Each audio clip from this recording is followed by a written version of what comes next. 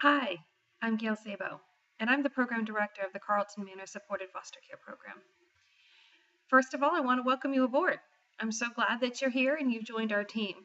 And we're looking forward to helping you to develop into an excellent professional, and we want you to know that we're here if you have any questions or concerns or things that we can help you with. I put together this brief outline here with you for you with Monique Savion, and she is one of my team members over at SFC, and she will also be working with you as you continue with your training in your MAB training. So she'll be able to continue to work with you, but please don't hesitate to reach out to her or to me if you have any questions at all. So very briefly today, your program management team is asked to has reached out to us and asked us to put together a very short presentation with regards to how do we stop placement disruptions for children that are in dependent care. So first of all, what we have to do is we have to define what is dependent care. And dependent care is any child who's in foster care. That means that they have lost their biological parents or the ability to go home into their biological setting. How does that happen? Well, it happens as a result of abuse. That's the reality. And I think that that's something that we really, really have to hone in on right away. All of the children that we deal with have been abused. So they're already dealing with that trauma.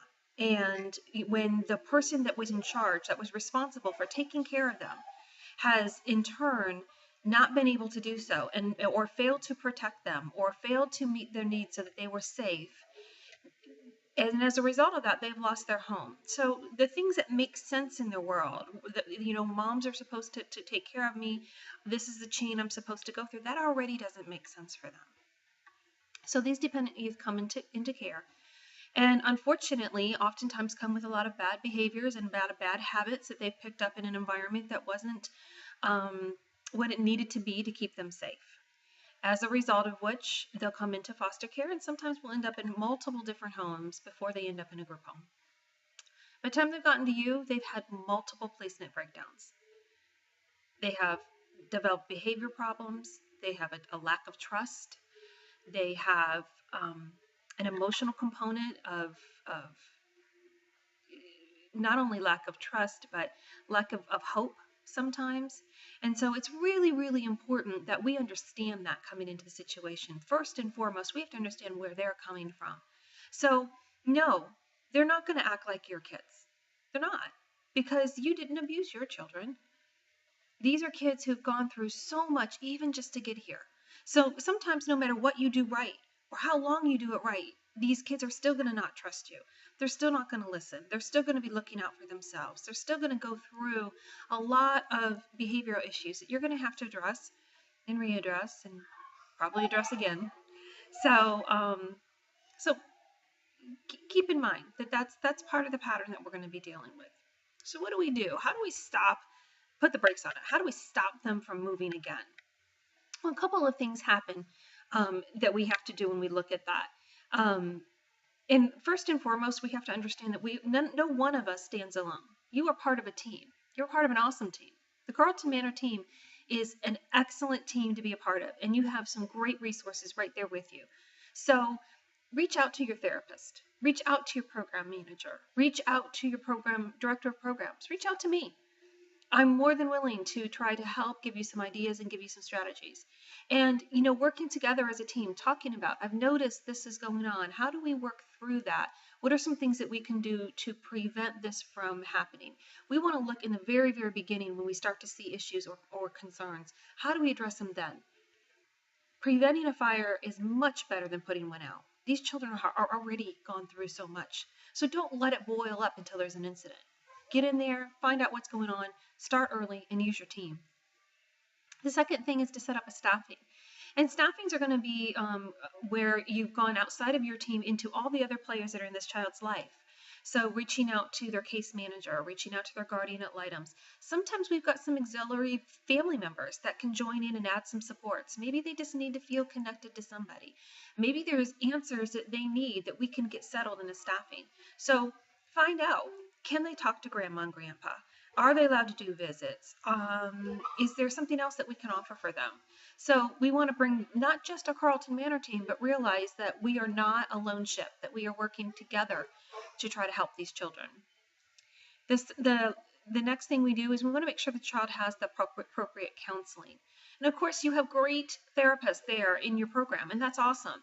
Sometimes we might need a little bit more. Do we need an additional therapist? Do we need a developmental specialist? Do we need a sexual abuse specialist? Is there something else we need in this that will help this child to get their needs met and in turn settle down? So we can identify that through that staffing process and working with the therapist. And last but not least, in foster homes, one of the things we do is we try to give respite. We try to give a break. Sometimes we're just completely overwhelmed and we just need a break to recover. In group home, that's a little trickier, but it's certainly not impossible in the sense of maybe you need a break from that kid. Obviously, you get to go home every night and you get some time off, but maybe sometimes if you're in a primary role, shifting that over to somebody else, letting somebody else take over that primary responsibility for a week or 2 weeks until you're feeling re-energized and able to give the energy that that child needs back to them. So that's going to be really important too. What are the reasons that we would go ahead and disrupt a child? For the most part, we are determined to sit here and work through it. That's what we're going to do. But sometimes we can't. Sometimes we need to move on. We don't just get to pick the kids and go, I don't like this one. He's not behaving. We don't get along. That's not what we do. What we do is we work through those issues. But sometimes we do need to make a decision to disrupt. And that would be the word we would use. It's called a disruption. And the primary reason would be if that child is, in turn, turns out to be a danger to themselves or a danger to others, that we're not able to protect them. So above all, we need to keep children safe at all times. So if the situation occurs that we realize that we are going to be unable to keep that child safe or unable to keep the other children safe around him, that would be a time we would set up a staffing and we would disrupt that child. That means setting up a time to have the child to remove from the program after we're able to identify a more appropriate placement for them. The second reason would be if realistically, after all the staffing and the work and working through the issues, we simply can't meet the child's needs. They have medical needs, they have mental health needs, they have developmental needs. They're just outside of the scope of what we can do. We have to sit down, we have to own that. We have to realize that we can't fix everything, and then we would make a plan for that child to move on. And finally would be if the child had some kind of a medical condition that would prohibit us from being able to again, meet their needs. So if something occurred and we weren't able to help them, then that would be a good time for us to disrupt. I hope this was helpful.